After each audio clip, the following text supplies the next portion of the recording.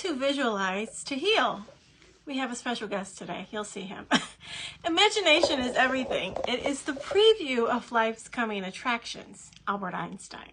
The key to visualization for healing is to imagine the healing process unfolding in the body. So when your attention is focused on the diseased area, it activates the corresponding part of the brain that controls and maintains it. Consequently, brain maps change in response to what you imagine. Chemicals are released throughout the body, and genes are switched on and off. And stem cells receive instructions on which type of cells to become. A great technique that I recommend using is imagining myself inside my body as a mini me, a tiny person ready to tackle my health challenges. As a mini me, you can now play a role in your healing process.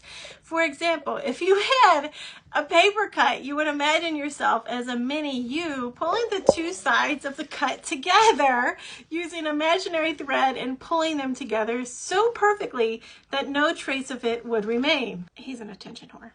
The amazing part is while you're doing this, the cells in and around the cut would be getting stimulated, and the area of the brain that governs it would also be active. The more attention you focus on that area, the more the brain map of that area will change. The reason for this is the brain doesn't know the difference between what's real or imaginary, remember?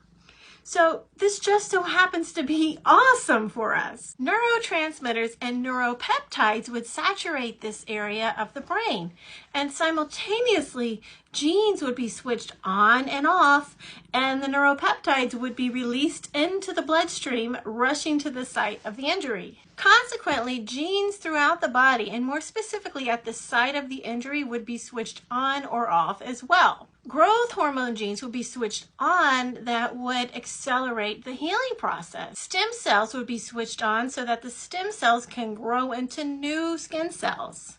And by the way, stem cells have the remarkable ability to be able to transform into any kind of cell in the body.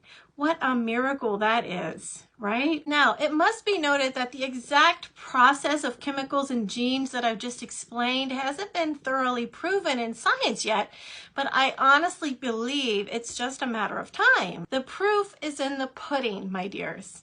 Visualization has been used for centuries with amazing results, so this has always existed, much like many other ancient healing modalities that have existed since the beginning of time, but weren't mainstream medicine until someone in a white coat in a laboratory proved it.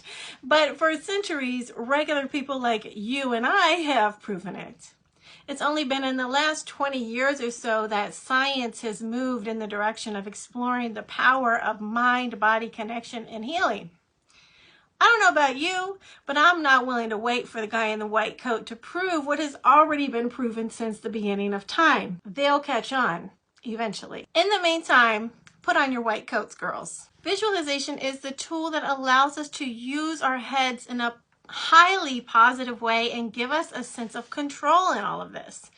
The diagnosis of an illness or condition such as blocked fallopian tubes can make people feel very powerless. With visualization, one now has the feeling of regaining some power by using their minds to help their healing process along. This now brings about hope and faith that grows as we visualize on a daily basis. That can move mountains in the same way it works in the placebo effect. Do you know someone who wants to have a baby but is having a hard time getting pregnant? Maybe I can help. Go to fallopiantubeformula.com. I've helped hundreds of women. Maybe I can help you too. Say goodbye. Say goodbye, Shock. This is Shaka, by the way.